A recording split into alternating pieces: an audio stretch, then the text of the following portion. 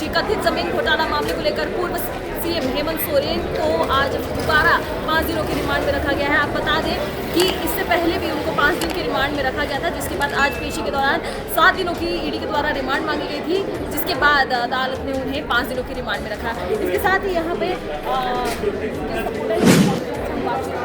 क्या कहना चाहते हैं कि 5 दिनों की रिमांड फिर से बढ़ा दी गई है, और साथ ही साथ उनके अधिवक्ता का भी ये कहना है कि उन्हें बेसमेंट पर रखा जा रहा है। ऐसी कई तरह की चीज़ें सामने आ रही हैं, इसका क्या है?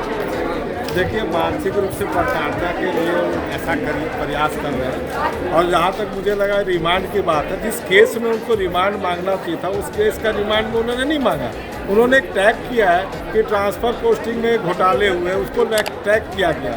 तो ज़मीन के मामले को अगर आप लेकर गिरफ्तारी करते हैं, और गिरफ्तारी ज़मीन के मामले, तो उन्होंने कहा कि ज़मीन का मामला मेरा है नहीं, अगर मेरी ज़मीन है तो स्पष्ट करें, वो कागजात प्रस्तुत करने की किनके नाम से पेपर्स है। अगर किसी दूसरे के नाम से पेपर है तो उसके लिए जिम्मेदार नहीं हो। और मैं एक बात, जिस मालिक जमीन विष्णु अग्रवाल जो उसके मालिक थे, उन्होंने उनका बेल हो चुका हाई कोर्ट से। तो सवाल तो उठता है कि उसी केस में अब लगातार कुछ ईडी ने उनका अपोज किया, पूरा विरोध किया, लेकिन उसके बावजूद कैसे बेल होता है? जिसकी ज़मीन है, जो साजिश में शामिल है, वो आदमी बाहर निकल जाता है, उसके बाद में आप उसका रिमांड देते हैं, उसके बाद आप एक नया टैग करते हैं कि आप नहीं, अभी आपका ट्रांसफ़र पोस्टिंग का मामला, ये तो गंभीर मामला होता है, आपको स्पष्ट करना चाहिए। दूसरी चीज़ ये बात करना चाहिए, ईडी अगर उन्हें इंचार्ज का बेसमेंट में रखा जाता है, एक मूलभूत सुविधा जो होता है वो आपको प्रदान करने की ज़रूरत पड़ती है। कोई वो चोर डकैती करके नहीं गया है। अगर स्पष्टीकरण है तो आप स्पष्ट कीजिए। ज़मीन के मामला में आप उनको ले गए हैं तो ज़मीन सिविल मैटर होता है। अगर सिविल के इतने अच्छे जानकार हैं तो उनका कागज़ प्रस्तुत करना चाहिए था आज की तारीख में, लेकिन वो नाकाम है। चूँकि उनके पहले का जो भी कार्रवाई है 2007 से पहले ज़मीन का खरीद फरोख्त जो भी हुआ है, उससे बाद में कुछ नहीं हुआ। इनके नाम से एक सिंगल बोला, इन्होंने कहा भी कि राजनीति से संन्यास नहीं हुआ। इससे बड़ी बात क्या हो सकती है? मैं झारखंड राज्य छोड़ूंगा अगर मेरे नाम से ज़मीन के पेपर ही दे देंगे। तो कहीं ना कहीं हमको लगता है साजिश ईडी जो इनको मानसिक रूप से प्रताड़ित करना चाहिए। और मैं एक बात और कहना चाहता हूँ, आप देखेंगे कि आज ही यूपी में अखिलेश जी ने जैसे ही कहा कि हम न्याय यात्रा में शामिल हो गए, वहाँ पर ईडी कैसे छापेमारी शुरू हो गई।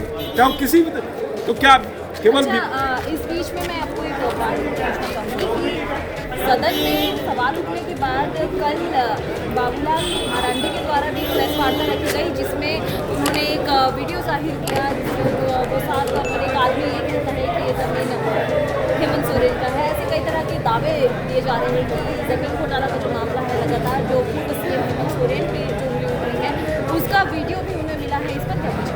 मेरा एक बात बाबूलाल जी के बारे में मेरी स्पष्ट समझ है कि मैं एक बात आपसे कहना भी चाहता हूँ। जब बने वो पर्यावरण मंत्री थे तो उन्होंने मैरगोड़ा में ज़मीन कैसे खरीदी? सवाल उठता है, उनसे भी सवाल होना चाहिए कि आप जब वन पर्यावरण के केंद्र में थे तो आप गिरिडीह के रहने वाले हैं, तो झारखंड के अड़गोड़ा में आपने ज़मीन कैसे कर दी? CNT की ज़मीन कैसे आपका प्रावधान हुआ? तो आप जो खुद आदमी रहता है, हमाम में सभी नंगे होते हैं, कांच के मकान में दूसरे का मकान, तो वो तो बताए, स्पष्टीकरण देंगे। उन्होंने 1999 में CNT का ज़मीन कैसे करता? जब वो थाना की बाध्यता थी तो कैसे लिया? ये स्पष्ट करें। और दूसरी बात कि दूसरे के नाम पे ज़मीन है, कोई भी व्यक्ति, मैं आज कह दूं कि ये कोर्ट परिसर मेरा है, मेरे बाप दादों का था, क्या मेरा इस पर दावा बनता है?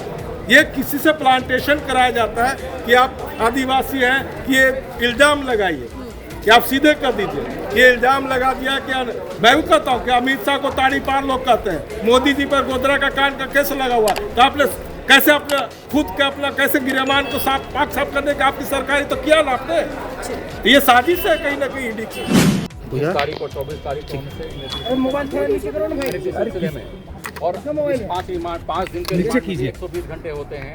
इन्होंने ऑलरेडी इस पर इन्वेस्टिगेशन कर लिया, लेकिन आज के उनके पिटीशन में बहुत सारी बातें ऐसी लिखी हुई हैं जो उस प्रेडिकेट ऑफेंस से कंसर्न नहीं है, कोई कनेक्शन नहीं है उस 8.5 एकड़ ज़मीन के बारे में। तो फिर भी वो जो डिफरेंट चैट्स हैं जो पिछले दूसरे किसी अन्य लोगों के साथ चैट हैं जो ज़मीन के कागज़ से कोई संबंध नहीं रखते हैं, उसका हवाला देते हुए उन्होंने फर्दर रिमांड के लिए प्रे किया था। जो हमारा समझना है बिल्कुल ही गलत है।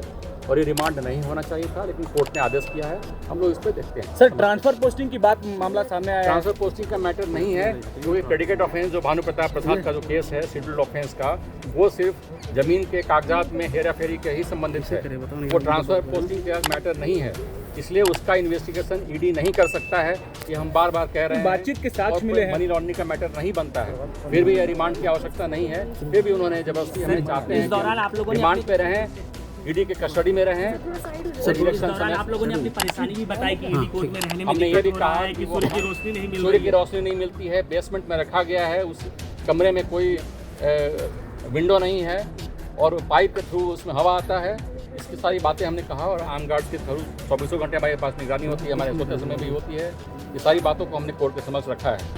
दिनों की आज 5 दिनों की फिर अवधि बढ़ा दी गई रिमांड की, क्या कुछ कहना चाहते हैं? देखिए, ये खाना पूर्ति किया जा रहा है, कोर्ट मुख्य दर्शक बना हुआ है, सीबीआई के निर्देश पर, ऊपर से जो आकाओं का निर्देश हो रहा है उसी निर्देश पर कार्रवाई चल रही है। तो ये तो होना ही है।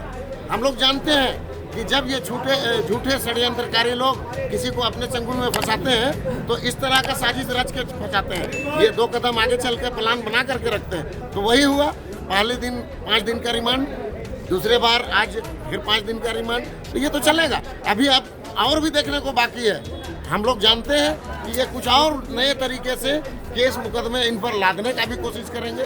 तो इनसे हम घबराने वाला नहीं है, या हेमंत सोरेन घबराने नहीं जा रहे। और कार्यकर्ताओं का जितना इनको फंसाएंगे उतना कार्यकर्ताओं में जोश बढ़ेगा और हम उसी दुगने जोश के साथ फिर सड़क पर उतरेंगे। अच्छा, उनको रिमांड में जिस तरह से रखा गया, वो बताया कि अंधेरे कमरे में रखा जा रहा है, ऐसी तमाम बातें सामने आ रही हैं, तो इस पर क्या कुछ?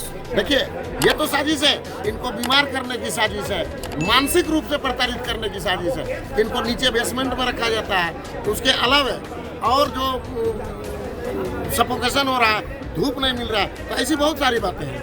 इसलिए हम लोग इंतजार कर रहे हैं और हम एक ही चीज़ कहना चाहेंगे कि हमारे कार्यकर्ताओं में जोश की कमी नहीं है, हमारे सारे कार्यकर्ता होश में हैं और पूरे जोश के साथ फिर सड़क पर रहेंगे। तो जैसे कि आपने देखा कि लगातार इन पर ये आरोप लगाए जा रहे हैं कि कहीं ना कहीं ईडी की साजिश है। इसके पहले भी आपको बता दें कि 31 जनवरी को ये मामला शुरू हुआ था, जिस दिन सीएम हेमंत सोरेन को गिरफ्तार किया गया था, जिसके बाद 5 दिनों की रिमांड रखी गई थी और आज उनकी रिमांड खत्म हुई। ईडी के द्वारा 7 दिन की रिमांड मांगी गई थी, पर उन्हें 5 दिन का रिमांड दिया गया।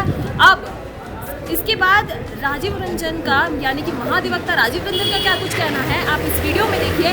साथ ही ये तो देखने वाली बात होगी कि आगे अब क्या कुछ निकल कर सामने आता है इन 5 दिनों की रिमांड के बाद। अब आगे अदालत से क्या कुछ निकल कर सामने आता है, ये तो अब देखने वाली बात होगी। तब तक के लिए आप देखते रहिए इनसाइडर लाइव। वीडियो देखने के लिए लाइक करें, सब्सक्राइब करें, साथ ही बेल आइकन दबाना न भूलें।